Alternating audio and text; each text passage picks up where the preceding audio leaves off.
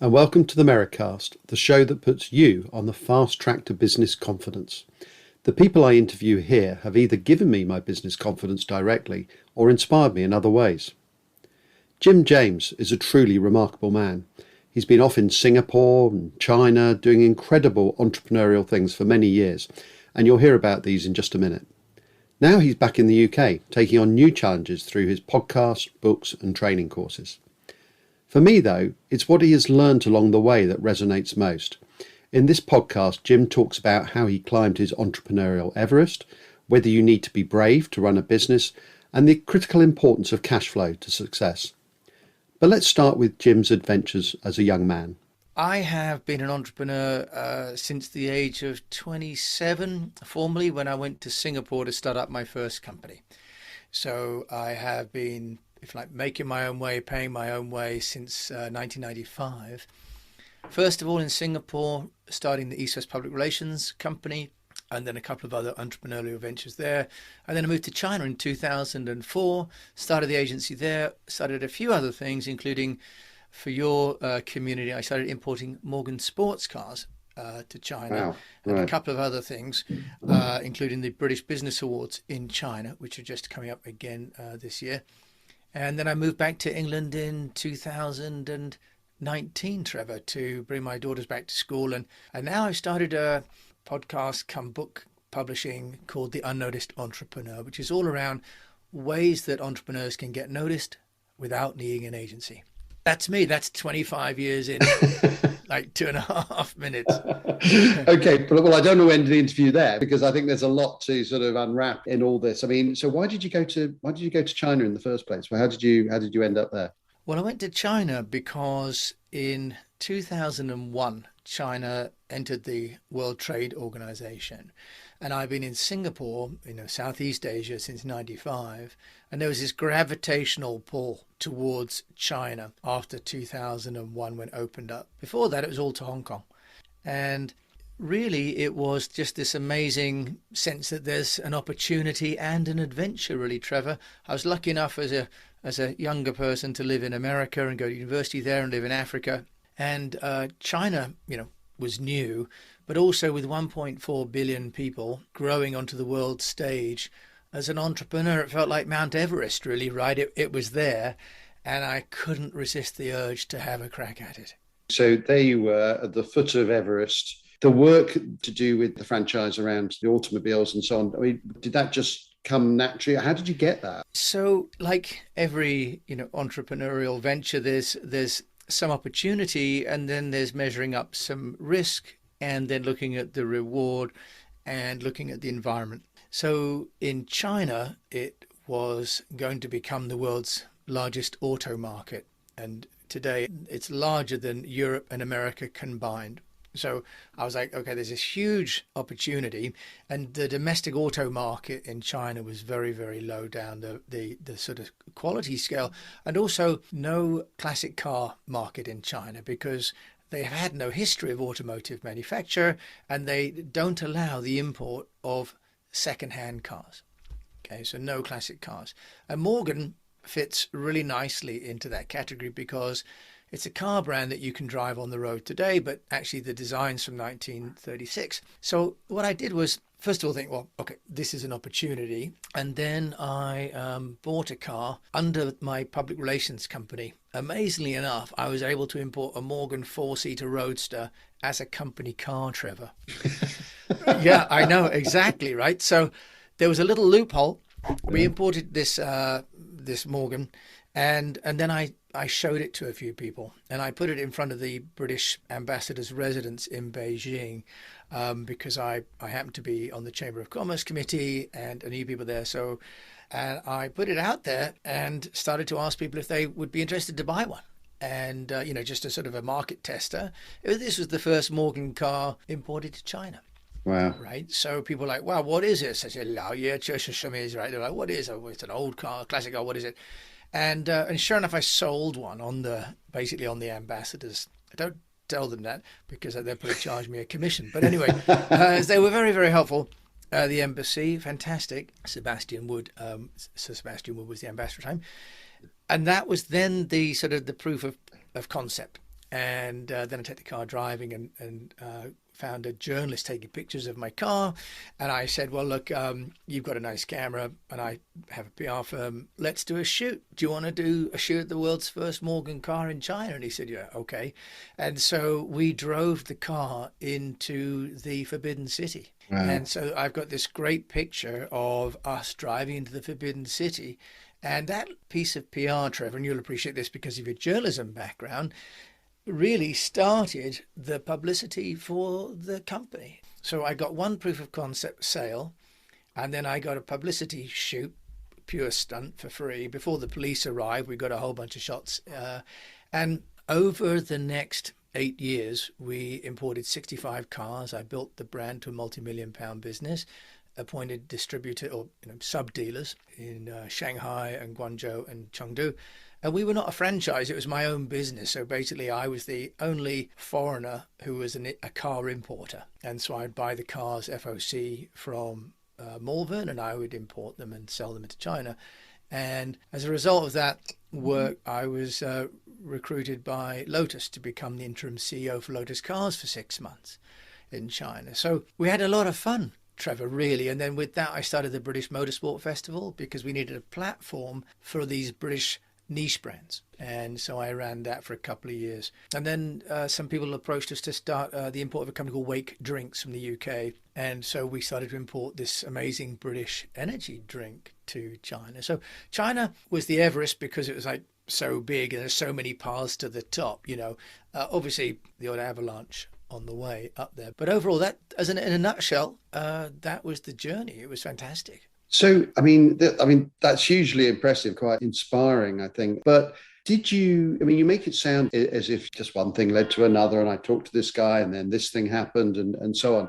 Were you sort of at any time thinking, oh, I'm taking on a bit of a risk here? Have I got the money to do this? What was your sort of view of sort of risk versus reward at that time? Did you just have a natural bent towards, well, why not try and see what happens?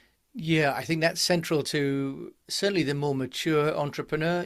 When I was 27 and went to Singapore, it was quite a big risk, and I put more of, if you like, my life assets into that business. Although I did leave half of my assets in the UK when I went to Singapore. So I think this idea of burning your bridges is not a sensible idea. Actually, it creates too much risk and too much pressure.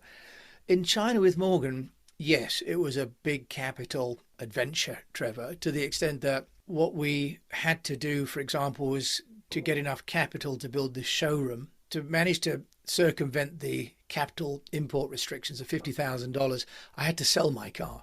So that was a little bit disappointing because, of course, I loved that Roadster, but I had to sell it in order to fund the showroom. But what we also managed to do, Trevor, was to do the pricing and the deposit and payment model such that the company in effect became self-funded. So we did a trade show. I reached out to the UK consulate in Chengdu and asked them if they knew any good car distributors that were interested in the brand.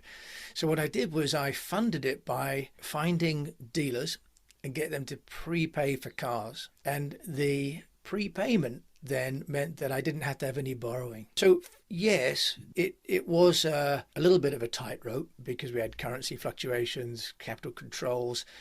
Over 12 months, we had to register with 13 different ministries. And I did a blog post on this, and I actually have all these on my blog. I did one every week setting up the company. So there were a lot of variables, Trevor, I think is the truth. My wife, Erica, is a Shanghainese, and she was brilliant. And we also found some really good local partners. But I suppose, one of the joys of being a slightly younger entrepreneur, I was 40 at the time, was the sense that you could take more of a risk. As a young entrepreneur, you can take risks. You've not got enough time to make it back.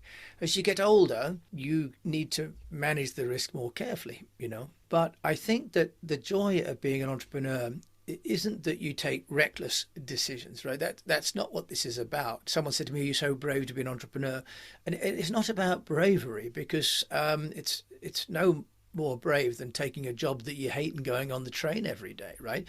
It's about understanding where the risks lie and then trying to mitigate those risks. setting up a company in China increases your risks. I didn't speak the language. Taking on a category I'd never been involved with, I'd done tech PR for 15 years. To get into cars was a risk as well.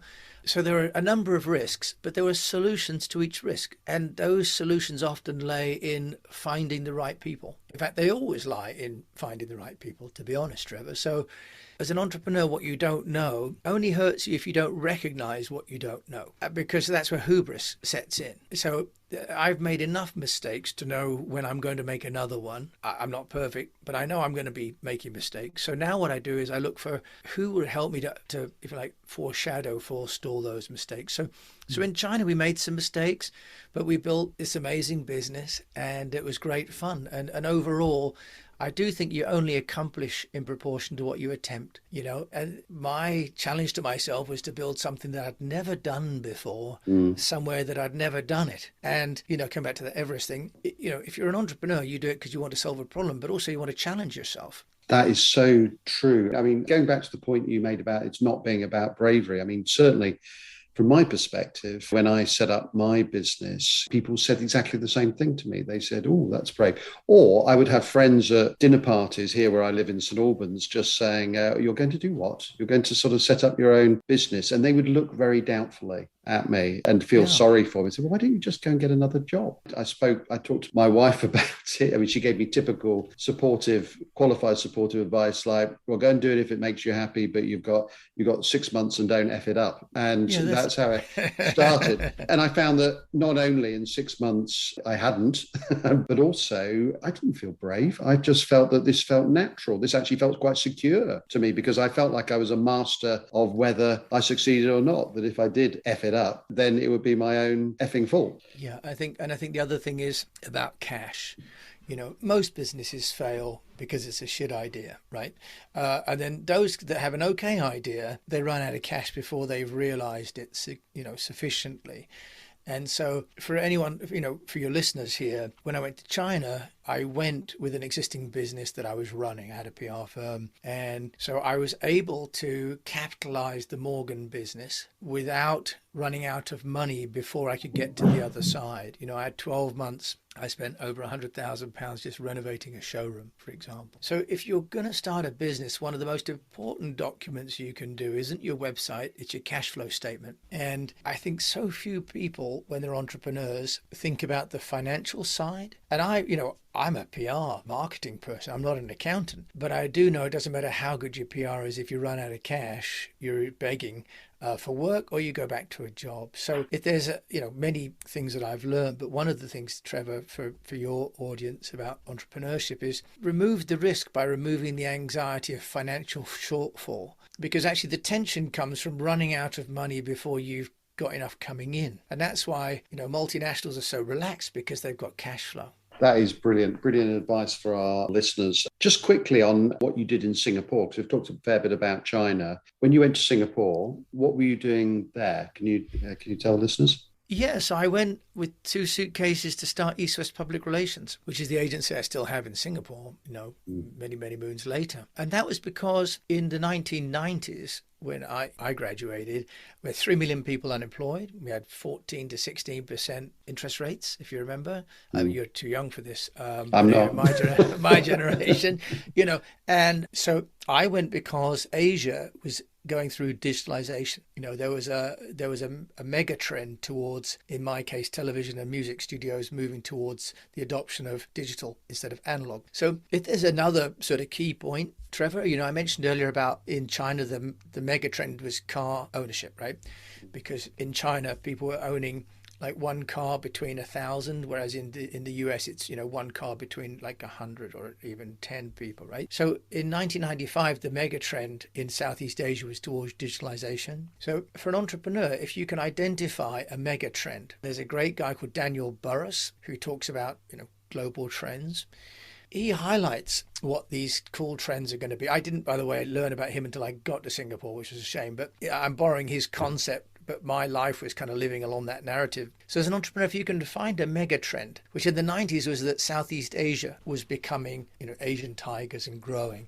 And that's why I went. So I set up the PR firm and, within a couple of years, we had the largest independent agency in Southeast Asia, 14 people, and it was great fun. So that's what I did then to start the agency. So, another location, another opportunity, a different kind of business.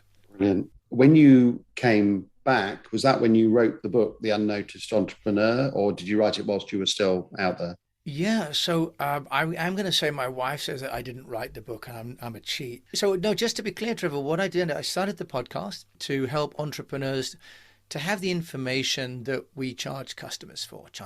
So how to get noticed for free. And then I was interviewing people and I thought it's there in 20-minute batches, and I make it into an article. I put it onto Medium, onto LinkedIn, on Twitter, Facebook. And I thought, why don't I curate that into a book? And so the reason my wife says that I'm not an author is because although I've created this sort of methodology and curated it, I've got 50 experts. So they're a masterclass, really. 50 interviews made into one book. And volume 2 is coming out in July, because now I'm at 450 episodes of the show and I've got over 135 guests. So where we get 50 every 6 months, we're rolling out another volume. And I've got some people in India publishing the book in India as well now. And so the idea is that, your listeners that might be saying, well, you know what, they can go online and look for blog.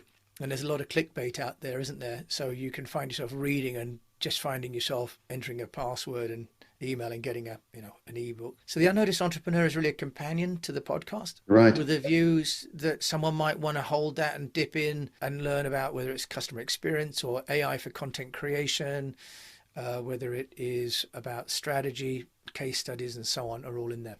You see, in my eyes, you're as much of an author as anyone else. In spite of, Trevor. In spite of what you speak to my wife. You can speak to my wife. Because what you need to do is, yes, okay, somebody's come in as an expert and given this bit of advice or this bit of strategy in there, but the actual process of curation and turning it into a coherent whole and giving it a title, The Unnoticed Entrepreneur, is actually an art in itself in terms of what you're doing with things. And you need to sort of have a sort of strand running through it, or else it comes across as 50 sort of random humble jumble bits of advice. So you need a sort of overarching thing and the way to bring it into some sort of narrative. So the fact that you've done that makes you just as much of an author as anybody else. You can produce a book from a great vision and then explain the vision, or you can produce a book from the ground up. So as somebody who's written books and helped people write papers, I can tell you, you're in the author camp as far as I'm concerned. So Trevor, thank you. And coming from you, I know you've written 5 books, I think it is, isn't it? Three, only three. Okay, well, I'm sure you've got 2 more coming. But thank you. And I think that also what it's worth perhaps sharing is that the model I've taken, which got the book into the British Book Awards, finalist list, where, you and I were the other day in London, is, as one of the judges said to me, a book doesn't have to be War and Peace or, the big tome. It needs to deliver value to the reader. And that can take many different forms. And often, a bit like entrepreneurship, it gets built into something mythical and unattainable. But actually, entrepreneurship, like authorship, is whatever you want to make it. There isn't really a right or wrong. What matters is that you add value to the person you're making it for. So if I'm writing a book, and I've sold now quite a few, amazingly enough, and people write to me, but they also write to each other, because I include a directory of all the people inside the book.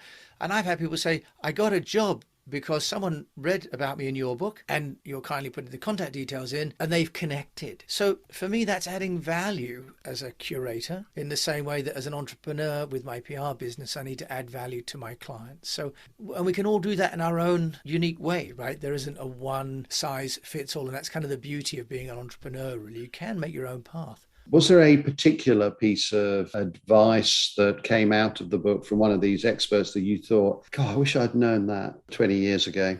It's a good question. I think that what's changed from then is the impact of technology. So a lot of the recurring themes, partly because I'm interested in MarTech, is that technology really is your friend now. And I was quite a fan of tech back in the 90s, but now it really is so enabling. I think that if there's something that I learned that I'd never really addressed before, was customer experience. And I think for all of us now, because social media means that your customer can become your critic simultaneously, it's no longer the case that you can isolate a happy or unhappy customer from potential customers. And so I think that's probably one of the key themes that's coming out, not only the AI in CX as customer experience, but there's a whole industry around taking care of people online during the customer journey. And that's something I hadn't really appreciated all those years ago. I thought I did something well and I sold it. And now really seeing the whole customer journey is much more sophisticated and much more enabled by technology now, Trevor, than I was ever really aware of. So, Jim, we know about the fact that you've got the volume 2 of The Unnoticed Entrepreneur coming in July.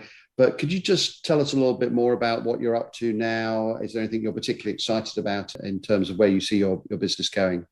Yeah, Trevor, thank you for asking. So the whole concept behind the Unnoticed Entrepreneur is to help entrepreneurs to get noticed, right, and get connected to each other, because that's often when the magic happens. So one is I have a range of merchandise. So I have the Entrepreneur Merch Company on Etsy with half a dozen items at the beginning, cups, mugs, phone cases, those sort of things that people could wear. And if they're like on a train or something, you find someone else wearing, go, hey, you're also an entrepreneur. Then I have Kajabi as a platform. I'm going to be putting my sort of training courses on there. So some of the wisdom that I've got around that's come from the book, but also my own sort of 30 years of running businesses and helping clients get noticed, I shall put that in as courses. And so then we've got this sort of matrix of things. I don't think I'm going to try and build a community, Trevor, because, there are lots of great communities already, and I'm not suggesting I'm a tribe leader necessarily. I just have some knowledge that may be of use. And so if there are entrepreneurs as well that think that some of the knowledge I've got is useful, then I'll also have a consulting practice. So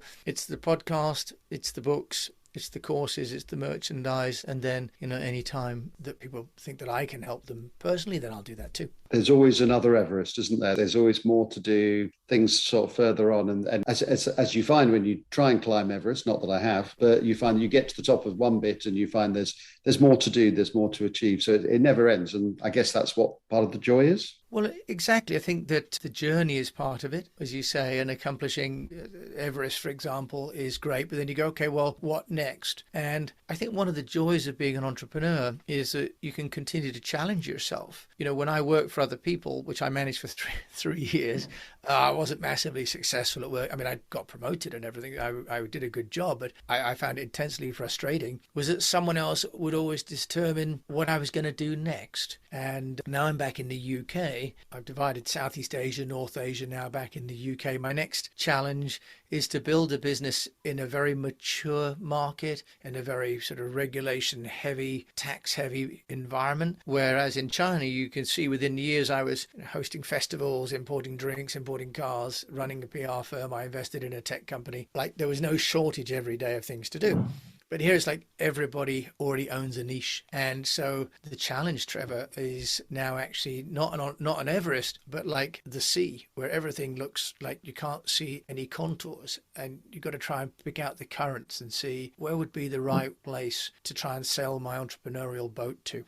I love your metaphors. They're fantastic. That's all right. I might nick a few drinking of too those. much tea. Drinking too much tea this afternoon. So I just wanted to say, what is the best way for people to get in touch with you or find out more about you or your organization? Well, I use Linktree. Are you familiar with Linktree? I am, yes. Which is a great platform. So I'm just Jim A. James on Linktree. And then I also have the unnoticed.cc is the podcast.